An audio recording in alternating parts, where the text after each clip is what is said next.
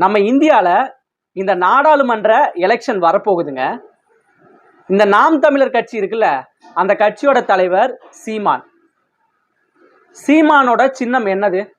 இந்த கரும்பு போட்ட விவசாயி சின்னம். இந்த தேர்தல் ஆணையம் இருக்குல்ல, சீமான்கிட்ட இருந்து அந்த கரும்பு விவசாயி சின்னத்தை புடுங்கிட்டாங்க.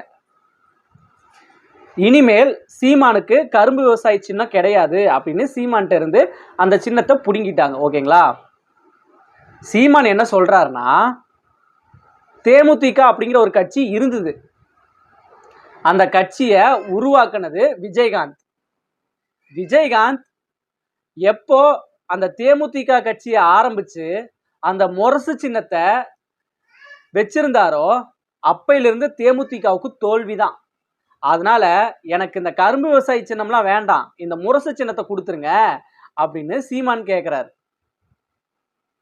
இத பார்த்த கேப்டன் விஜயகாந்தோட பையன் இருக்கார்ல, விஜயபிரபாகரன் என்ன சொல்றாருன்னா, சீமான் மைக்க புடிச்சிட்டா அவர் என்ன பேசுறாருன்னு அவருக்கே சுத்தமா புரியாது.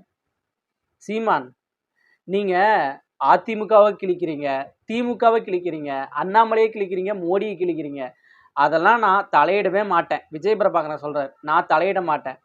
ஆனா கேப்டனை பத்தியோ, கேப்டனோட சின்னத்தை பத்தியோ, தேமுதிக கட்சியை பத்தியோ நீங்க பேசுனீங்கன்னா விஜயகாந்த் பையன் விஜயபிரபாகரன் கண்டிப்பா கேட்பேன் அப்படின்னு விஜயபிரபாகரன் சொல்லியிருக்காரு. அது மட்டும் இல்லாம இந்த முரசு சின்னம் வந்து தேமுதிகவுக்கும் தேமுதிகவோட விசுவாசிகளுக்கு மட்டும்தான் சொந்தம்.